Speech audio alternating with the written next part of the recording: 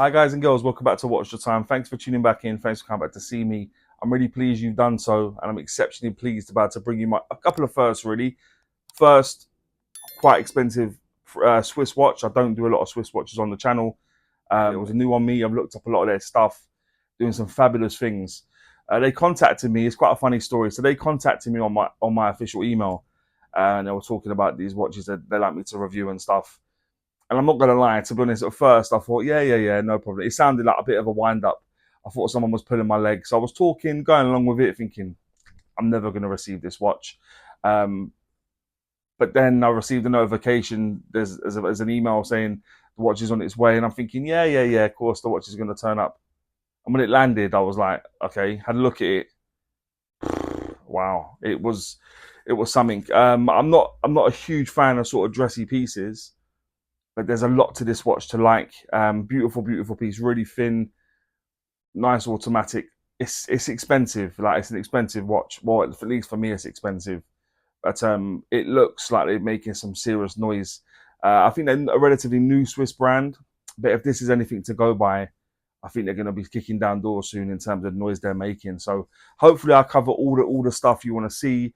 We'll go through pants and Pukka, all that good stuff. I'll leave a link in the description. Please feel free to use it. But yeah, the first impressions of this watch were very impressive. And like I said, I need to tell you a bit of the backstory because I just didn't see me getting the watch, to be honest. But it's here. I've had some time with it now. You want to see the watch, yeah? So I'm going to stop going on. Sit back, relax.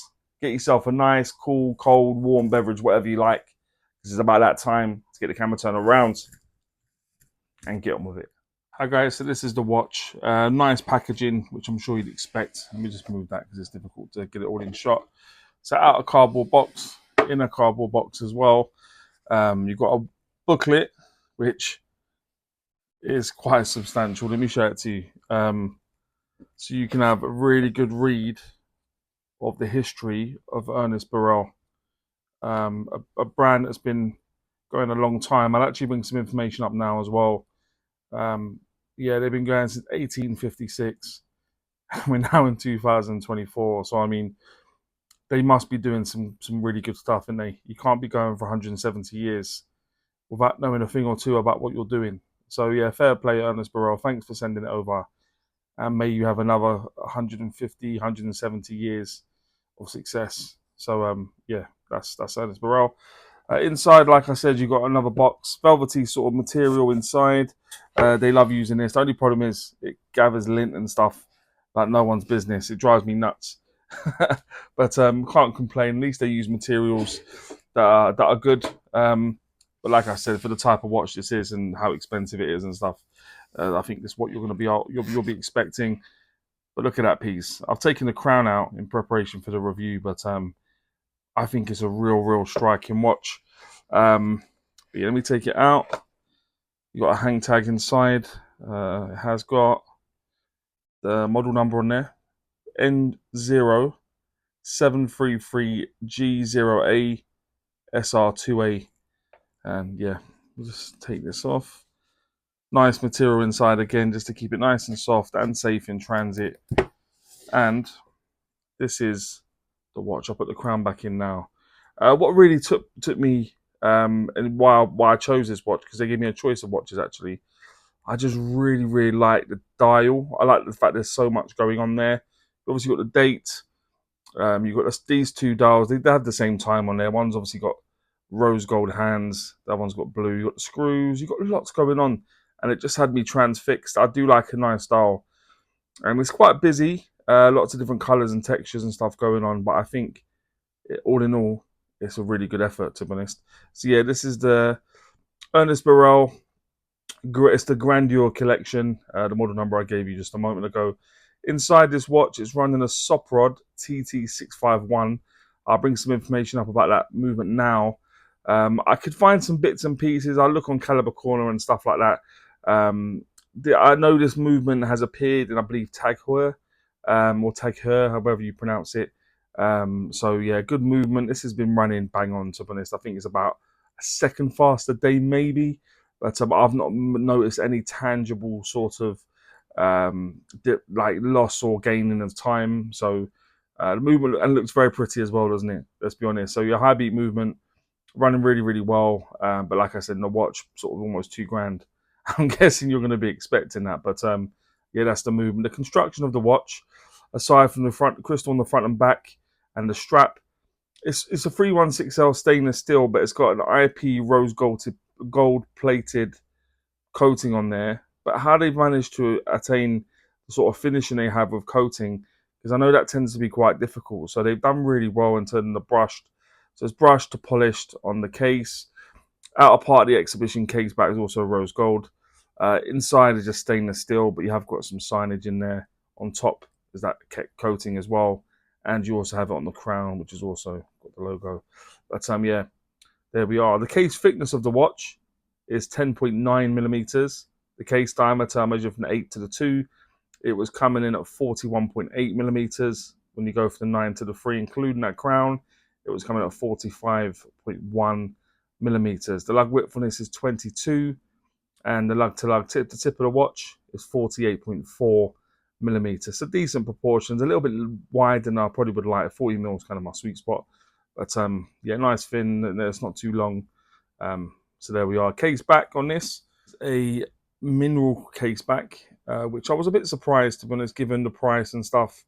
I would have expected a sapphire crystal case back, but some information on there that I'm going to give you. Screwed down, so it's got screws, got 4 screws. I was going to take the case back off, but with a watch at this sort of price, I didn't. Push pull crown, got the crown situated at 3 o'clock position. The bezel is a fixed, polished bezel, and the strap is comfortable. A little bit, not as supple as I maybe would have thought, but yeah, comfortable. Butterfly clasp, got some signage in there, and you got the EB Ernest Borel just on there as well. The crystal covering the dial, probably hardly surprising. You'd have seen it on the case back as well, sapphire crystal, and actually very, very legible. The legibility on this has been very, very good. Like I said, I record my videos with 3 different lights, so sometimes they just bounce off everywhere, but you'll be pleased to see it's not really like that. So that's good. The water resistance is cited to be 30 meters, so that gives you 3 atmospheres of water resistance, and the weight will appear in the top right. So it's 86.1 grams. So on a leather strap, for the thinness and stuff, I think that's reasonable to them. There's a decent amount of heft really, given most of the weight of the watch normally comes from a bracelet. This isn't on a bracelet, but yeah, given everything, I think that's a good bit of heft. But given the sort of thinness and length and stuff, it does fit really snug on wrist. But let's have a look at the dial in a bit more detail, because the dial on this is beautiful, real beautiful. So like I said, you got different colors coming through. You got the sort of silvery whites, darker sort of silvery greys, uh, rose gold. But yeah, you've got a minute track going around the outer edge. Inside that, you've got a little bit going on. Like I said, for the numerals, you've got 1, 2, and you've also got 9, 10, 11, 12 in Roman numerals, just sort of the upper part of the dial. You'll see sort of just below the 12 o'clock, you've got a section that's been cut out. You've got the date there, which I'll run through in a few moments. Down the bottom, you got a second. So you got the normal hands that are centered in the middle of the dial. They're in rose gold. Really beautiful hands on this watch, guys. I do really like the hands.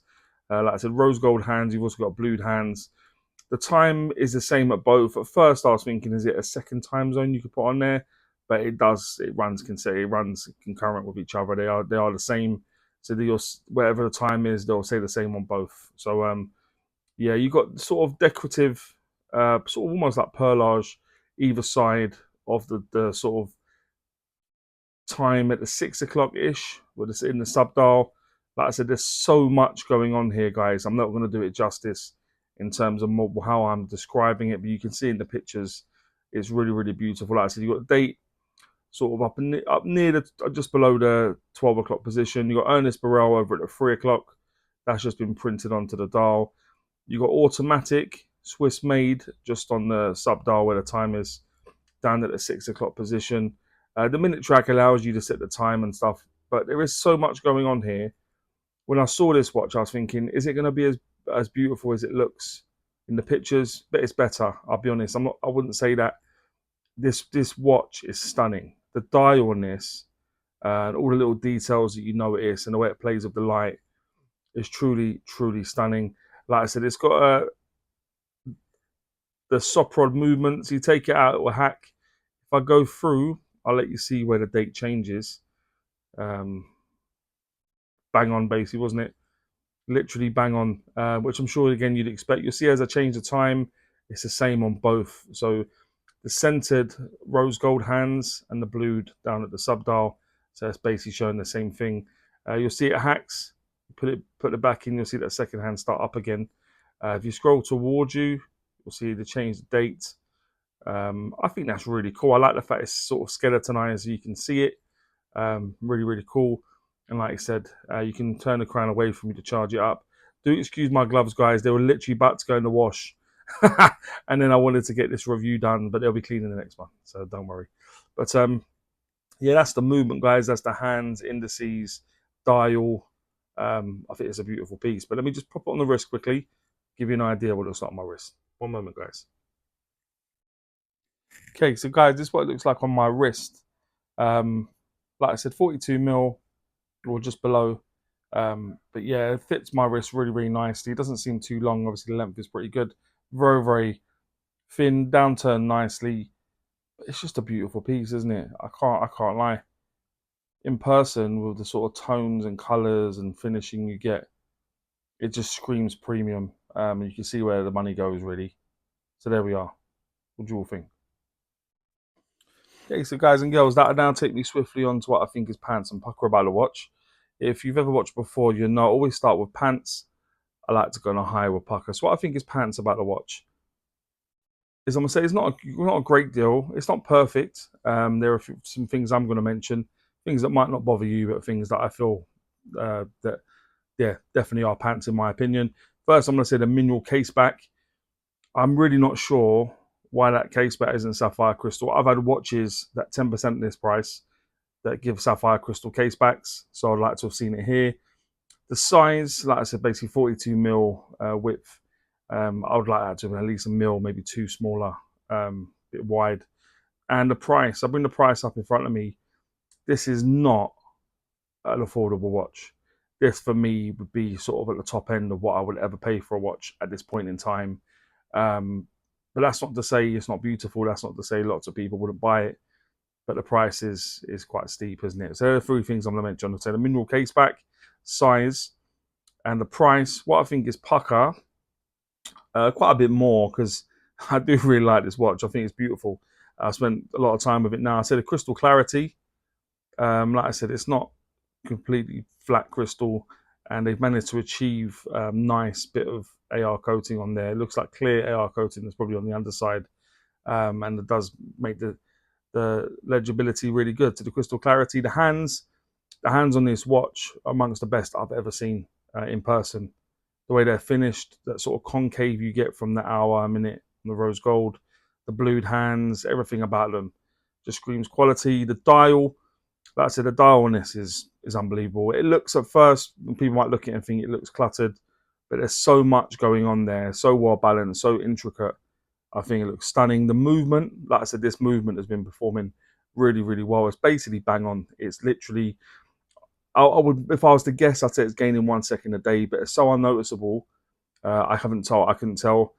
The thinness, like I say, this is coming in at just below 11 mil thick, and it actually wears like that. It just fits on the wrist nicely. Under a shirt cuff, it'd be unbelievable. And the general look of the watch, I think this watch is a stunner. I think it's a real beautiful piece. Yeah, real statement piece, one that people are going to notice. So the things I'm going to say for Pukka is I'll go with the crystal clarity, hands, dial, movement, thinness, and the general look of the watch. And that'll take me on to, would I recommend this watch? And like I say, this isn't really in keeping with a lot of watches I review on the channel. A lot of them are going to be more affordable pieces with the odd, more expensive one chucked in. But I think if you're looking for a watch that looks like this and you've got a bit of dough, I think you'd be all over this. So I think it's a real cool watch. And yeah, I would recommend it. But guys and girls, please let me know what you think about this watch, more importantly. And maybe any other watches you may want to see on the channel. As always say, don't forget to like, comment, subscribe, and always watch the time. Take care, guys. All the very best.